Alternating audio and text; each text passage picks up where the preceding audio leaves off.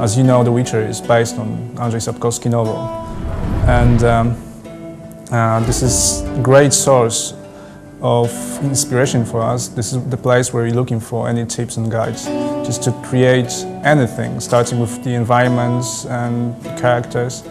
And of course, this is the place where you're looking for this unique atmosphere that Andrzej Sapkowski has created. We used lots of actual medieval plans of buildings, some paintings and things like that to create something that looks really beautiful but still has its own style. It's not like mixture of random elements. It's not something completely it's not something completely artificial. It's something that we believe could be a real fantasy setting. This is not the pink, purple kind of World of Warcraft thing. This is completely different style, and we are trying to imitate that. We are trying to move this idea into the 3D game. We use a licensed engine from BioWare.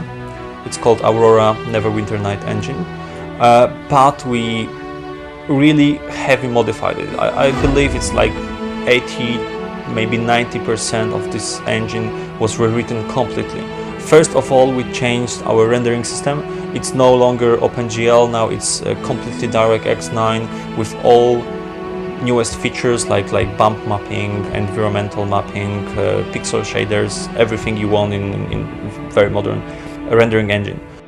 As I told you before, we are trying to create this really dark kind of world and all environments created to look a bit dark, but in the same time, of course, we have this beautiful sunsets in our game and you can watch really great looking environments. But when you will move on into the city, you will see all the sewers and really dark places where you wouldn't like to live. From the very beginning, we wanted to create a real world that looks and feels like a real world. We spent like 6 months hiring a professional, drawer, painter to create the look of the main hero. He did hundreds of sketches where the look of the hero was constantly changing, and at the end we found out something that really looked like cool, not only taking all the content from the book but also looking cool inside the game. We have over 50 monsters inside our game. We can divide our monsters generally we can divide them into 2 groups because they're non-human kind of creatures and human kind of creatures. The characters are connected with the environment. If you walk at night somewhere, at the river or somewhere, I don't know, if you would like to visit swamps, you can be sure that you will meet a lot of creatures there, and you will probably have to fight with them in order to survive. If time passes, you see, sun going down, you see the weather changing, things like that, you can believe it's a real world. So we have a very complex system of weather and day and night cycle.